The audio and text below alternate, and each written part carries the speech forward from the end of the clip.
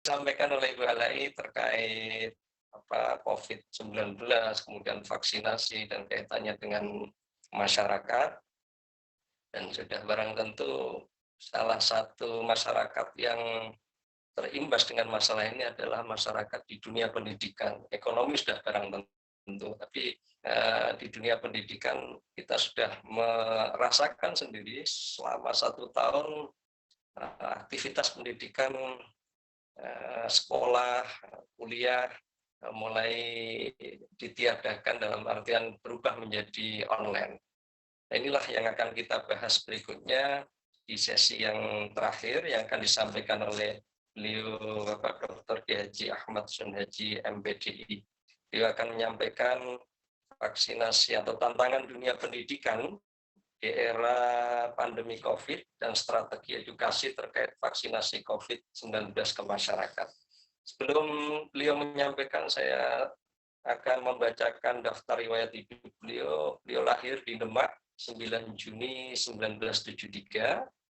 Kemudian pendidikan beliau Madrasah Qudsiyah, lulus tahun 97, berarti seangkatan 97 Pak ya, 97, Madrasah Aliyah Qudsiyah 97. Kemudian S3 di Institut PT IKI Jakarta, lulusan 2015.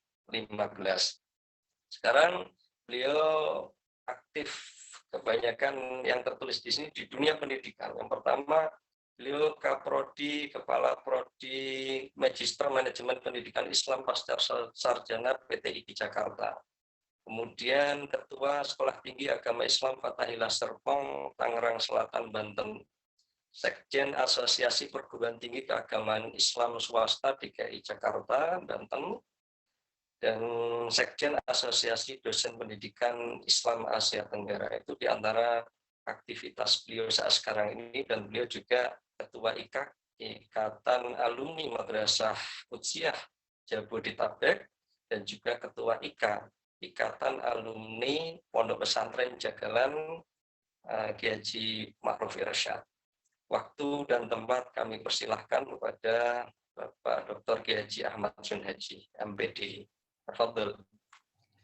Assalamualaikum warahmatullahi wabarakatuh. Waalaikumsalam warahmatullahi wabarakatuh. Bismillahirrahmanirrahim. Alhamdulillahil karimil khalaq, wassalatu wassalamu ala sayyidina Muhammad al-mab'uts litatsmimi makarimil akhlaq. Asyhadu an la ilaha illallah al-wahhab wa razzaq, asyhadu anna Muhammadan abduhu wa rasuluhu wa sayyidus sadat. Allahumma shalli ala sayyidina Muhammad khairul ibad wa ala alihi wa ashabihi ma jaro qalamu talhisi wal bayani ala sufahatil awraq. Yang saya hormati Profesor Dr. Kiai Haji Ahmad Rafiq MA dan seluruh masyayikh TBS, masyayikh Qudsiyah dan Ketua IKAK serta jajarannya, Ketua Umum IKSAP Kiai Haji Muhammad Ulin Nuha serta pengurus yang lain, narasumber Ibu Dr. Alai Najib MA, Mas Apoteker Ahmad Syafi'i, Sarjana Farmasi, Magister Administrasi Rumah Sakit, Ibu Dr. Hajah Falihatul Ibriza, dan moderator Dr. Kiai Haji Arif Hasanul Muna MA serta seluruh peserta. Jadi kalau santri itu makin malam, ini memang waktunya santri katanya. Jadi ini menghibur diri, menghibur diri kita. Bicara vaksin, sesungguhnya saya hari ini vaksin yang kedua. Jadi saya sudah selesai vaksin. Pertama sudah selesai, alhamdulillah hari ini tadi vaksin yang kedua. Saya akan bicara sedikit lah tentang pendidikan ya terkait dengan COVID-19 dan vaksin ini nanti. Baik, ini dinamika pendidikan. Jadi kalau tadi disampaikan tentang respon masyarakat, ini banyak, kalau di forum ini kan banyak yang setuju dengan adanya vaksin bahkan terhadap COVID itu sendiri. Tapi di masyarakat pendidikan itu ya terbagi menjadi dua sungguhnya ya. Ada yang percaya adanya COVID, ada yang tidak percaya. Kalau tadi sudah sampaikan. Nah, ini nanti yang akan saya jawab juga, bagaimana merespon ketika ada orang yang sama-sama percaya dan sama-sama tidak percaya itu. Nanti kira-kira harus seperti apa, kira-kira seperti itu. Yang kedua, ini tahun pelajaran 2020-2021 yang sekarang ini, memang dari hitungan itu hanya 6% yang zona hijau. Kemudian itulah yang kemudian diperkenankan untuk melakukan pembelajaran tatap muka. Dengan itu pun dengan persyaratan berlapis ya. Syaratannya ketat sekali. Yang 94 itu ada zona kuning, orange, merah. Nah, ini tidak boleh sama sekali untuk melakukan proses pembelajaran tatap muka. Termasuk sepekan yang lalu saya pulang, kemudian saya melewati TBS ya, saya lihat karena wah ini mau bicara di TBS saya harus survei TBS juga gitu ya. Ternyata memang ya sama seperti Kudsiyah dan sekolah yang lain, Banat dan Mualimat ya. Serta sekolah-sekolah yang lain memang ada keterbatasan untuk melakukan proses pembelajaran tatap muka. Nah, dari keterbatasan itu, sesungguhnya ini ada dua hal ya. Yang pertama, kalau saya melihatnya, kalau kita bicara hari ini, kita kan bicara tentang bagaimana teologi vaksin. Nah, ini saya mulai teologinya di sini. Jadi kok saya merasa, ini perasaan saya, katanya perasaan itu boleh saja berbeda. Kalau keyakinan juga boleh berbeda, Kiai Hasanul Muna ya. Cuman kadang-kadang kalau keyakinan berbeda itu enggak nyambung. Kalau orang mau nikah, yang satu yakin mau, yang satu yakin nggak mau, itu nggak jadi. Nah, kalau ini keyakinan saya, kita ini dipaksa oleh Allah untuk hakul yakin terhadap realitas. Jadi sebelumnya mungkin sering kali bicara tentang bagaimana perubahan dunia yang kita bicaralah ada 4.0 dan lain sebagainya. Jadi tidak sekedar yakin, tidak sekedar ainul yakin, hakul yakin, kita dijerumuskan betul realitas yang ada ini. Bahwa kondisi dunia ini berubah gitu. Nah, kondisi dunia yang berubah ini celakanya, ini kecelakaan ya menurut saya, dipahami oleh sebagian warga pendidikan dengan belajar online. Ini kalau belajar online ini beda dengan belajar jarak jauh. Nah, kalau belajar online itu modelnya kan ya nanti akan banyak keterbatasan. Yang muncul keterbatasan ketika belajar online, nah ini antara lain keterbatasannya, siswa dan guru yang sama-sama jaraknya terpisah ini, sementara siswa belum memiliki pengalaman seperti apa belajar online itu. Sebagian mereka juga belum memiliki gawai. Kita bicara biasa handphone itu ya. Atau peralatan-peralatan pendukung yang lain. Bahkan sebagian kalau kita bicara lebih luas di Indonesia ini kan banyak juga daerah-daerah yang listrik saja belum masuk. Nah, ini nanti saya tidak bicara kebijakan ya. Kalau kebijakan nanti lebih dalam lagi. Nah, masalah yang kedua, guru juga masih mencari pola. Jadi bagaimana pedagogik online itu seperti apa? Banyak guru yang kemudian ketika mengajar secara online, mengajar inginnya seperti mengajar ketika tatap muka. Padahal aturannya kan belajar jarak jauh. Nah itu ketika masuk ke online itu saja sudah nanti ada sebagian menjadi masalah ya. Saya tidak mengatakan seluruhnya. Nanti itu online karena tidak dibekali pengalaman yang matang, itu pun nanti akan menemukan banyak masalah lagi. Orang tua juga belum menyadari tugas yang selama ini hilang. Nah, ini makanya adanya COVID ini harusnya ya menyadarkan, oh ternyata selama ini saya menyerahkan pembelajaran itu ke TBS, selama ini saya menyerahkan pembelajaran itu ke Kutsiah. Orang tua kan nggak tahu sama sekali, ke Banat, ke Mu'alimat, atau ke sekolah-sekolah yang lain. Orang tua begitu sudah menyerahkan ke sekolah, merasa sudah lepas tangan, selesai tugasnya. Nah, harusnya ketika ada ini, COVID ini, kesadaran ini muncul.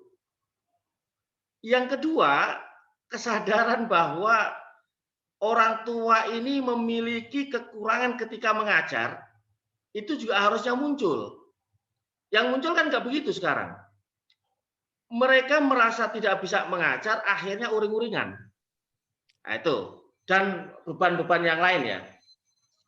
Nah, dari berbagai macam masalah itu, ini kesimpulan sementara saat ini, sebagian besar masyarakat pendidikan itu mengharapkan kembali belajar offline, tatap muka lagi, sekolah lagi, datang lagi ke tempat-tempat kelas-kelas di mana mereka bisa ketemu dengan gurunya. Di mana orang tua bisa melepaskan tanggung jawabnya, anaknya diserahkan begitu saja kepada sekolah gitu ya.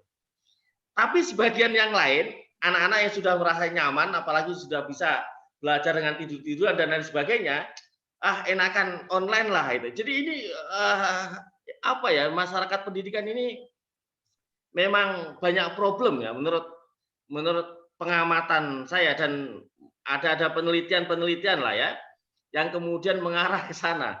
Problem-problem yang memang harus diselesaikan.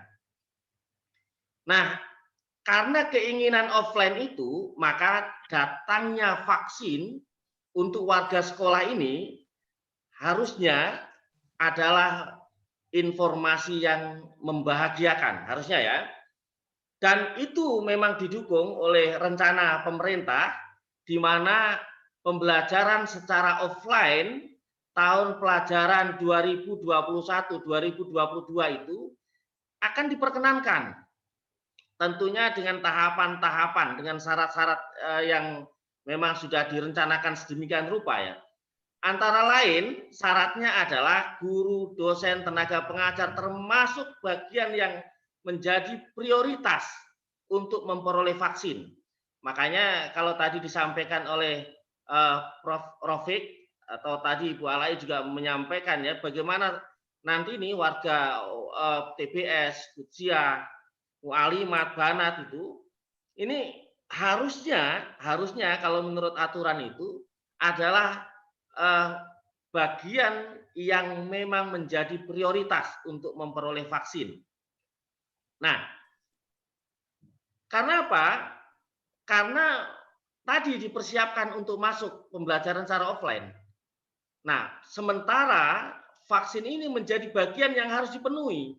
Jadi boleh offline kalau sudah divaksin. Nah, kira-kira begitulah ya. Maka vaksin ini menjadi prasyarat. Nah, karena menjadi prasyarat agar sekolah bisa aktif lagi, maka ada kaidah tadi sudah disampaikan oleh Prof. Rafiq tadi, malayatimul wajib illa bi fahuwa wajibun misalnya, atau al amru bi syai' amrun bi wasailihi misalnya. Ya, ini kaidah-kaidah yang mungkin memaksa semua warga sekolah harus menerima vaksin gitu. Yang kedua, ini sekedar cerita kalau kita bicara akidah ya. Kan mungkin umat Islam ini tahulah bagaimana sejarah Rasulullah ketika beliau itu akan hijrah ke Taif. Nah, Rasul itu orang yang tahu persis bahwa takdirnya nanti pasti sampai ke Taif dan lain sebagainya. Tapi juga beliau kemudian melakukan persiapan-persiapan yang sangat matang bersama sahabat Abu Bakar.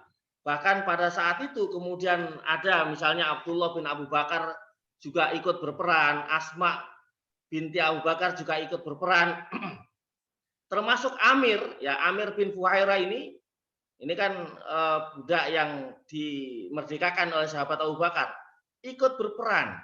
Dan itu masuk semua dalam perencanaan Rasulullah beserta sahabat Abu Bakar. termasuk Abdullah bin Uraikid misalnya. Ini orang yang pada saat itu masih menjadi penyembah Lata. Ya. Ini Rasul dan sahabat Abu Bakar merencanakan sedemikian rupa agar apa? Beliau bisa nyampe ke Taif. Padahal Rasulullah itu orang yang sangat yakin dengan takdir Allah. Tapi perencanaan itu perlu dilakukan secara matang. Maka buat warga pendidikan ya tentunya ya. Ini terutama umat Muslim atau umat-umat yang yakin terhadap agama, tentunya harus melakukan perencanaan, termasuk kalau vaksin ini adalah bagian dari perencanaan agar tadi sekolah offline itu bisa dilaksanakan, maka ya memang harus diterima gitu. Nah, hanya saja kita saat ini kan ada pada masa post-truth ya. Ini yang kemudian harus sama-sama dihadapi ya. Dan acara malam hari ini saya kira sangat penting ya. Post-truth itu mudahnya itu apa ya? Masa di mana kebohongan itu bisa disetting sedemikian rupa sehingga membentuk opini. Nah sekarang kan ada orang yang pengen dianggap alim misalnya, berpakaian santri, baca Quran kemana-mana, disut dan sebagainya, supaya dipanggil ustaz. Itu bagian-bagian dari masa sekarang ini. Jadi karena berada pada masa seperti itu, maka kebersamaan seluruh warga sekolah menjadi bagian penting agar sekolah ini bisa dilakukan kembali dengan offline paling tidak dengan tahapan-tahapan tadi supaya pembelajaran ini bisa dilakukan secara lebih optimal tentunya ya. Ini yang terakhir, slide saya terakhir. Kalau saya dikasih waktu 15 menit biasanya saya pakai kurang dari itu supaya saya lebih senang cepat ya. Jadi gini, apa yang kemudian perlu dipersiapkan pasca vaksin? Nah ini. Jadi ketika nanti pembelajaran secara offline harusnya ada model pembelajaran yang baru. Jadi kalau tadi kita sudah diceburkan pada hakul yakin, harusnya ada perubahan dan sekarang masih ada waktu untuk merubah itu. Jadi sekarang masih masa-masa vaksin dan perlu tadi menerima vaksin gitu. Kemudian harus ada review kembali terhadap diri masing-masing. Bagaimana nanti ketika kita masuk lagi di dalam lembaga pendidikan dan belajar lagi secara offline, itu offline dengan model pembelajaran yang baru ya. Nah, semua harus berubah, harusnya begitu. Harus ada kemauan berubah karena memang ke depan ini kita sudah masuk pada masyarakat 5.0, Society 5.0 itu, dan ini harus disadari ya, termasuk para santri ini harus menyadari ini, dan kita harus berubah, kita harus tangkap ini potensi ini, sehingga kita tetap akan menjadi bagian dari orang-orang yang punya peran di dalam kehidupan ini. Saya kira itu. Terima kasih. Mohon maaf. Assalamualaikum warahmatullahi wabarakatuh. Waalaikumsalam warahmatullahi wabarakatuh.